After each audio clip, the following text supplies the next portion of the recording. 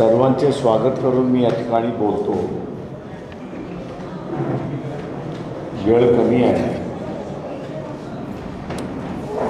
Hello वेळ कमी आहे. 10च्या आतमध्ये ही सभा संपवावी लागेल.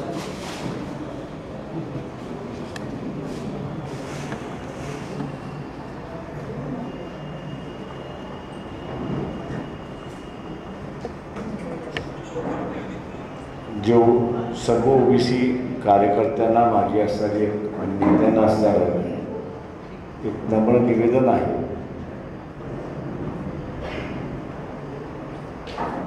आरक्षणावरती ओबीसी आरक्षणावरती ज्याला हिंदी शब्द खतरा आपण असं म्हणतो तो आहे का असं म्हटलं तर मी म्हणेन 100%.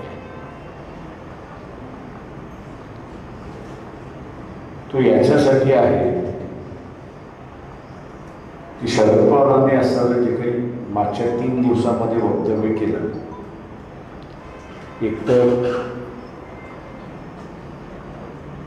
225 आमदार निवडून आणण्याचं, समाजाचे 225 आमदार निवडून आणण्याची केलेली घोषणा,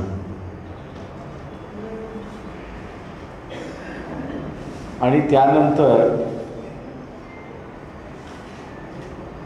ओबीसीचं आरक्षण वैध आहे की अवैध आहे अशा रीतीची सुद्धा चर्चा त्या ठिकाणी सुरुवात झाली. ती संविधानिक वैधतेच्या संदर्भातली ती चर्चा नाही आहे, तर ज्या पद्धतीने काढण्यात आलं त्याची असणारी चर्चा आहे. ही फार खोलात जात नाही, फक्त एवढंच असताना म्हणतोय की त्या काळी हा GR ज्यावेळेस निघाला त्यावेळेस तो अध्यादेश म्हणून निघाला, GR म्हणून निघाला. कोर्टामध्ये अजून कोणी गेलेलं नाही की GRच्या पद्धतीने ओबीसीला आरक्षण दिले जाऊ शकतं का. तो कदाचित उपस्थित राहण्याची असणारी शक्यता आहे. पण मी जे काय ऐकतोय त्या सगळ्या याच्यामध्ये ते असं म्हणतात विरोधक की ओबीसीच्या मागणीच्यालाच धरून आपण असणारा विरोध करायचा. ओबीसीची मागणी काही आहे की जनगणनेची मागणी.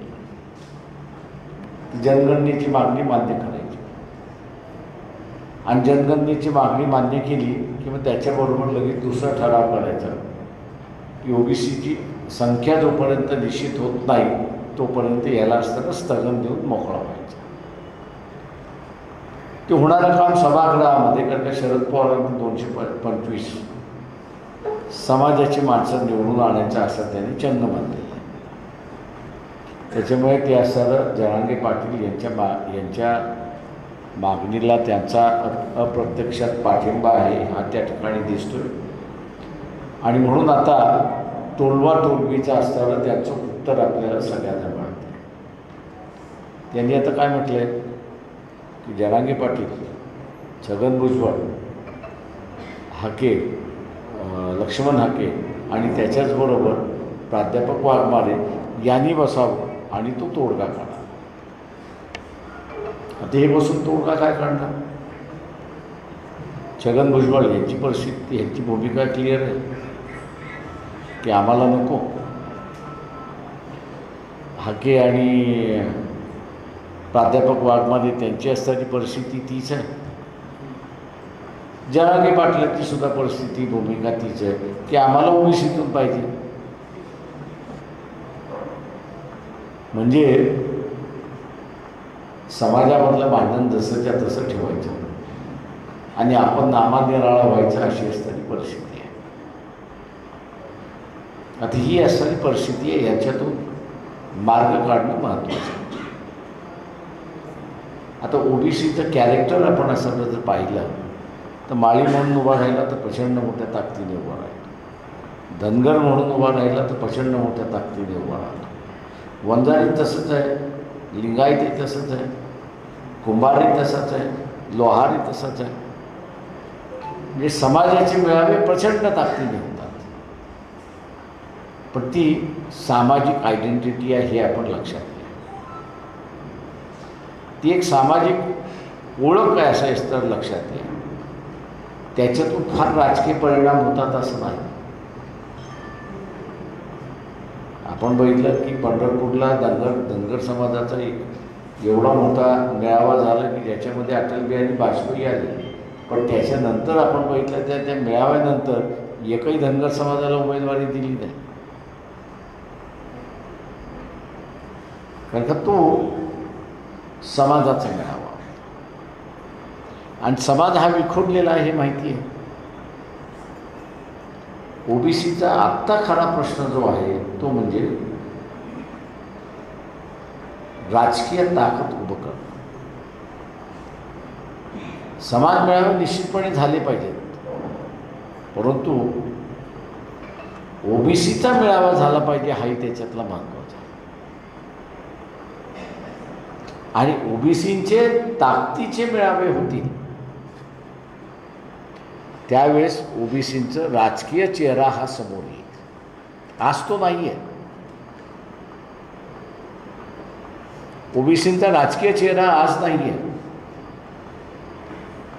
तो राजकीय चेहरा आपल्याला जेवढ्या लवकरात लवकर निर्माण करता येईल तेवढ्यात लवकर इथे असणारं आरक्षण आपल्याला वाचवता येईल अशी परिस्थिती आहे. तर मी जसं म्हणालो एक मार्ग मी आपल्याला सांगितला की ओबीसीचीच मागणी घ्यायची. जनगणना पाहिजे मंजूर, पण जनसंख्या नसल्यामुळे हे आरक्षण जे आहे त्याला स्थगिती देतो.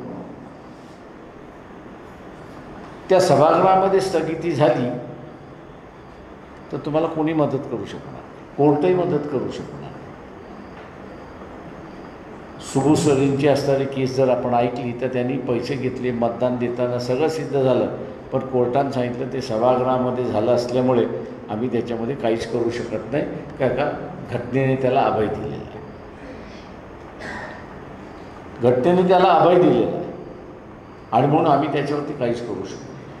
तीच गोष्ट इथे होणार.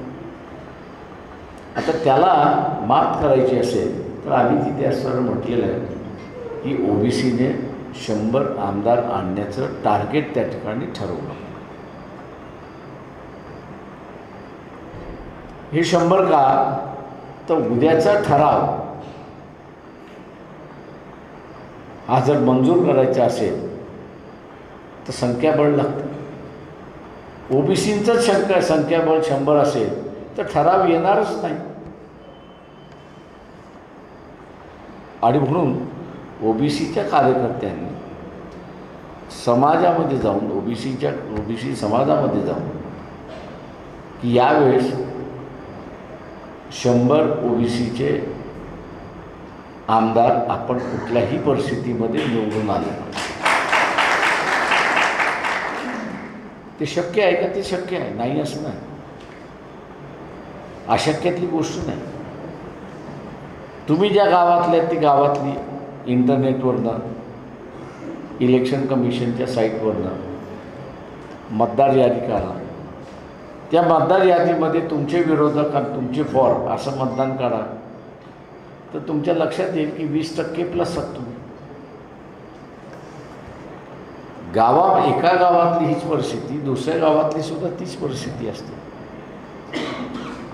हा विश्वास वाढवण्यासाठी मी असताना म्हणतो की हा विश्वास वाढवून आपण असताना निवडून. दुसरं जे आहे ते आपल्याला असताना एक राजकीय आयडेंटिटी उभी करावी लागेल. आता ही राजकीय आयडेंटिटी उभी करायची असेल तर 7 तारीख ऑगस्ट ही अत्यंत महत्त्वाची तारीख आहे असं मी त्या ठिकाणी मानतो. याचं कारण की 7 तारखेलाच VP सिंग यांनी ओबीसी आरक्षणाची घोषणा केली आणि 7 ऑगस्टलाच आम्ही असताना या आरक्षण बचाव यात्रा जी आहे त्याची सांगता आम्ही असताना औरंगाबादला करतो.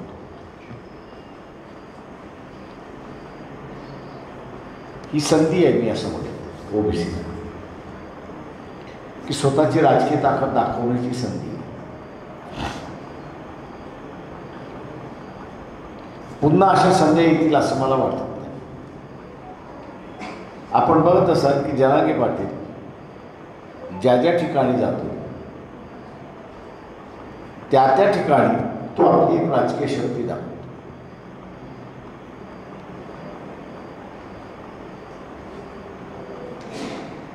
ओबीसीला प्रत्येक वेळ दाखवण्याची गरज नाही. एकदा त्यांनी दाखवले की ते मोकळं. दुसरं असं आहे की कुठलाही पक्ष आज ओबीसी बरोबर नाही. म्हणजे ज्या BJPला मतदान करत आला तोही नाही, किंवा ज्या शिवसेनेला मतदान करत आला तीही शिवसेना नाही. राष्ट्रवादी आणि काँग्रेस यांना मतदानच फार कमी होत होतं, त्याच्यामुळे ते मराठा समाजाबरोबरच राहतील अशी असणारी परिस्थिती आहे. तेव्हा दुसरा भाग जो आहे तो या इलेक्शन पुरतं ओबीसीना BJP आणि उद्धव ठाकरे किंवा एकनाथ शिंदे या पक्षाकडून फारकत घ्यावी लागेल हे लक्षात. हा तुम्हाला प्रचार करावा लागणारच आहे. त्यांनी जर ओबीसीच्या बाजूने भूमिका घेतली नाही तर हा प्रचार तुम्हाला करावाच लागणार. आम्ही परवा असं म्हटलं की जरांगे पाटील आणि देवेंद्र फडणवीस हे नौटंकी आहे.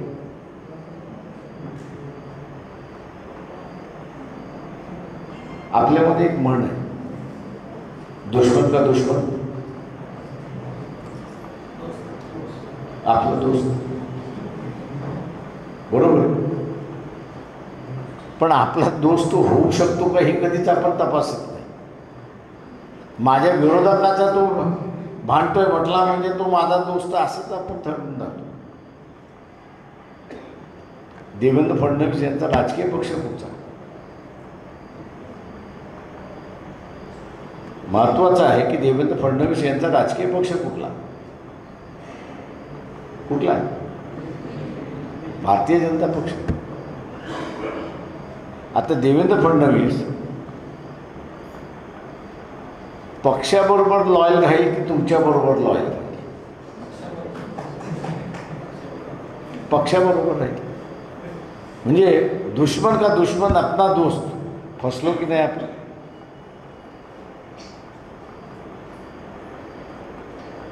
त्याच्यामुळे फसायचं नाही. आणि म्हणून मी म्हटलं की या निवडणुकीपुरतं म्हणजे जसं मुसलमानांनी अल्लाह की मस्जिद पाडनेवाला शिवसेना संविधान वाचवायचं म्हणून शिव्या घालत त्याला मतदान केलं आणि BJPला झोपवण्याचं कामकाज केलं, त्याच पद्धतीने ओबीसीला सुद्धा हे राजकीय पक्ष आपल्याला पाठिंबा देणार नसतील तर त्या मुसलमानासारखी भूमिका बजवायला तुम्ही तयार राहिलं पाहिजे. कशासाठी? तर आरक्षण वाचलं. मी सकाळीच मोहळला होतो. मागच्या 7 वर्षामध्ये तिथे 3 धनगर समाजाची मेडिकल हॉस्पिटल्स उभे राहिले. त्यावेळी तिथे असं विचारलं की ह्याच्या अगोदर का उभे राहिले नाही, तर ते म्हटले डॉक्टरच झाले नाहीत. 90 साली आरक्षण आलं, मेडिकलच्या जागा मिळाल्या, डॉक्टर झाले. 3 जणांनी हिंमत केली आणि हॉस्पिटल टाकलं. ते डॉक्टर झाले म्हणून ते हॉस्पिटल टाकू शकले. ते डॉक्टर झाले नसते तर ते हॉस्पिटल टाकू शकलेच नसते. तसं उद्याचं असताना हे ठराव की ओबीसींचा असताना जनगणना मंजूर करायची, पण संख्याबळ येत नाही तोपर्यंत थांबवायचं. परिणाम काय होणार? परिणाम काय? परिणाम आपण असताना बघितला तर जस्टिस खानविलकरांच्या जजमेंटने राजकीय आरक्षण थांबले आणि या ठरावाने कुठलं आरक्षण थांबेल? कुठलं आरक्षण थांबेल?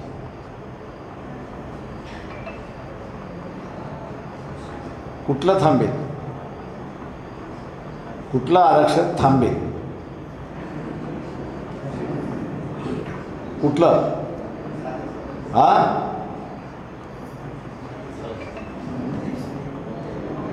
कुठलं आरक्षण थांबेल?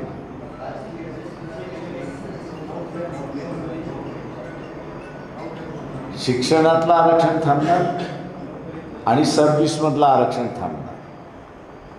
हे उघडपणे आपण ज्या ज्या समाजाचे आहात त्या त्या समाजामध्ये आपण उघड प्रचार केला पाहिजे की आरक्षण थांबवलं, स्थगिती दिली तर शिक्षणाचं आरक्षण थांबणार आणि नोकऱ्यांचं आरक्षण थांबणार. आपल्या इथे जनगणना झाल्यानंतर त्यांचे अधिकृत अहवाल यायला 5 ते 6 वर्ष लागतात. म्हणजे तो अधिकृत अहवाल यायला 5 वर्ष लागणार असेल तर 5 वर्ष आरक्षण लागू होणार नाही. म्हणजे आपण 1, 2, 3, 4, 5 पिढ्या कत्तर केल्या. कशामुळे? तर आपण जागृत होतो म्हणून. कशामुळे? तर मी फुकटपणे कोणाच्या तरी पाठी लागतो. मी आता ओबीसीच्या सगळ्या नेता कार्यकर्त्यांना विचारतो, घरातला जो देवारा आहे तो तुम्ही काढणार आहात का? तर नाही काढणार. आता घरातला देवारा नाही काढणार म्हणजे वाडवडिलांचा जो धर्म आहे तो तुम्ही पाळणार. आता वाडवडिलांचा धर्म पाळणार म्हटल्यानंतर धर्म खतरेमध्ये कुठून आला? ते मुसलमान जसं बोंबलतो इस्लाम खतरे में, त्या मौलवीचा फायदा असतो त्याच्यामध्ये. का इस्लाम खतरेमध्ये म्हटल्यानंतर हा का म्हणतो तुला नमाज पडायला जागा मिळणार नाही, तुझी मशिदी पाडल्या जातील, तुला असाला दाढी ठेवता येणार नाही, तुला केस कापता येणार नाही, तुला पठाणी ड्रेस घालता येणार नाही. हा मौलवी तिथे प्रचार करतो आणि तोही घाबरतो आणि म्हणतो नाही मौलवी साहेब आप जैसे कहोगे वैसा. तसंच BJP असं आपल्याशी करते. BJP जे आहे ते आपल्याशी तसंच करते.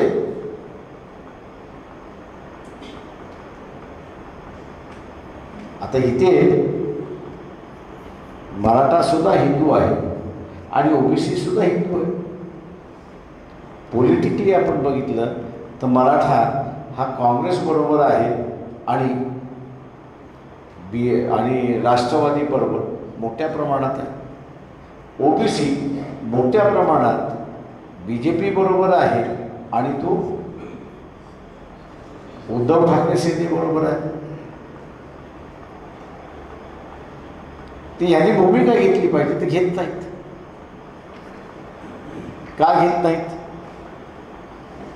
हे भूमिका का घेत नाहीत?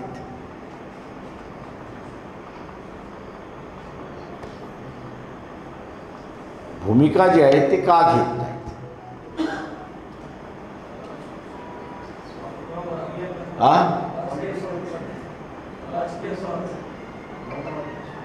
राजकीय स्वार्थ सगळ्यांनाच असतो, पण का घेत नाही?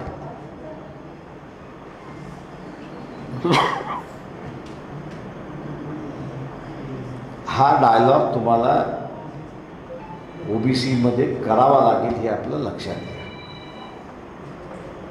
शेवटी असं आहे, BJPची लीडरशिप किंवा शिवसेनेची लीडरशिप ही ओबीसीची आहे का? तर नाही. BJP लीडरशिप ही ब्राह्मणांची आहे आणि शिवसेनेची लीडरशिप ही कायस्थांची आहे. ही कायस्थांची आहे. त्याच्यामुळे हे दोघंही आरक्षणाच्या विरोधातले आहेत. ओबीसीचं आरक्षण गेलं तर फायदा कोणाला, स्थगिती आली तर फायदा कोणाला, तर या दोघांना. उरलेले दोन पक्ष आहेत ते पाटलांचे पक्ष. त्यांनाही वाटतं की ओबीसीचं स्थगिती झाली तर मर्यादा आपल्यालाच मिळतो. ओबीसीची लिडरशिप नसल्यामुळे आणि ओबीसीने स्वतःची राजकीय ओळख न केल्यामुळे या देशामध्ये त्याला सगळेच जण, जसा भातुकलीचा खेळ होता, कोणी यावे आणि टिकळी मारून जावे, अशी असताना परिस्थिती झाली. आणि म्हणून मी असं म्हणेन आपल्याला की समाजाची असताना आपण बोललं पाहिजे. आणि 7 तारखेला सांगता जी आहे तिथे एक ताकद दाखवण्याची संधी आहे. जाण्या येण्याचा खर्च आहे, मान्य आहे मला, पण हा खर्च आपल्या कुटुंबासाठी आहे हे लक्षात घ्या. दुसरं तिसरं कोणासाठी नाही. आज जरांगे पाटलाच्या सभेला जे येतात ते स्वतःच्या खर्चाने येतात आणि स्वतःच्या खर्चाने जातात. का तर त्यांना असं माहिती आहे की जरांगे पाटील जिंकला तर त्याचा फायदा आपल्यालाच आहे. आपल्याला फक्त एवढंच बघायचं आहे की जे आपल्याला मिळालेलं आहे ते टिकलं पाहिजे. जे मिळालेलं आहे ते आपलं टिकलं पाहिजे. टिकलं तर आपण असं प्रगतीच्या मार्गावरती लागतो. आपल्याला मग अडथळा येत नाही. आणि म्हणून आपण असताना ओबीसीनं सांगण्यामध्ये कुठेही कतराई करता कामा नये की ही आपली लढाई आहे. ही आपली लढाई आपल्याच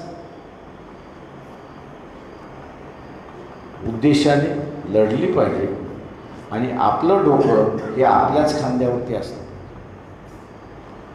आपलं डोकं हे आपल्याच खांद्यावरती असलं पाहिजे.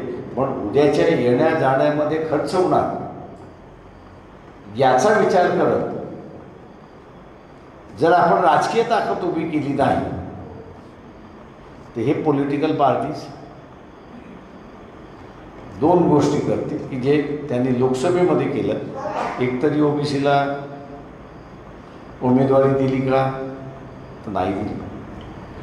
उद्याच्या असणाऱ्या विधानसभेमध्ये त्यांनी उमेदवारी नाही दिली